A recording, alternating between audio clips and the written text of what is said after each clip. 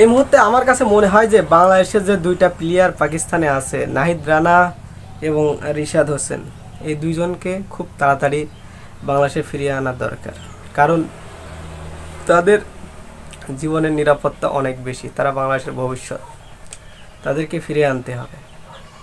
Bangladesh BCB board কি করছে তা আমি জানি না, তবে বিসিবি বোর্ডের কাছে আমার এটুকুই অনুরোধ থাকবে যে তারা বাংলাদেশের সম্পদ, তারা যেন বাংলাদেশে ফিরে আসে, আমি সেই দোয়াই তাদের কাছে করি এবং তাদেরকে বিনীতভাবে রিকোয়েস্ট করি যেন নাহিদ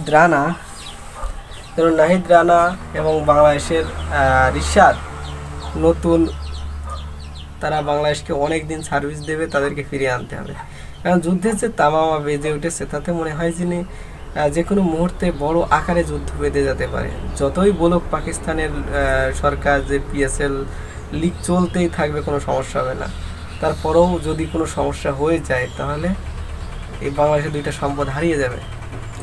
এখন যেহেতু বাংলাদেশের ফ্লাইট বন্ধ করে দিয়েছে, বাংলাদেশের ফ্লাইটও এখন চলছে না পাকিস্তানে, ঠিক আছে, ভয়াবহ এই যুদ্ধের দামামার কারণে। তো যাই হোক, নাহিদ রানা এবং রিশাদকে, এই দুজনকে ফিরিয়ে আনতে পারলে বাংলাদেশের জন্য ভালো হবে, কারণ এসব ঝামেলার ভিতরে না থাকাই ভালো। বাংলাদেশের বিসিবির বস ফারুক, তিনি বলেছেন যে পাকিস্তানে বোর্ডের সাথে যোগাযোগ চলছে এবং ইন্ডিয়ার সাথেও যোগাযোগ করছে। আরেকটা বিষয় আছে, শুধু রিশাদ না, কিন্তু বাংলাদেশের আন্ডার-19 ফুটবল প্লেয়াররাও ইন্ডিয়া অবস্থান করছে, তাদেরকেও আমার মনে হয় ফিরিয়ে আনা উচিত, ঠিক আছে। শুধু রিশাদ না, আন্ডার-19 ওদেরকেও ফিরিয়ে আনতে হবে।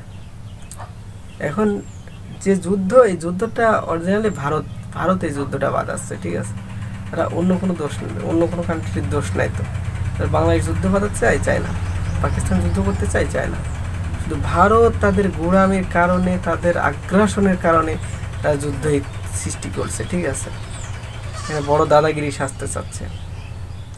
এই যে শুনছি যে এশিয়া কাপ হবে না, এই ভারতের কারণে, ঠিক আছে। কি বলবেন বলেন, কিছু বলার আছে? এরা আছে একঘেয়ামি হিন্দুত্ববাদী উগ্র ধর্মভিত্তিক রাজনীতি করে এই নরেন্দ্র মোদীর বিজেপি সরকার, ঠিক আছে। তো যেখানে থাকবেন সবাই ভালো থাকবেন, ভিডিওটি ভালো লাগে শেয়ার করবেন, ধন্যবাদ সবাইকে।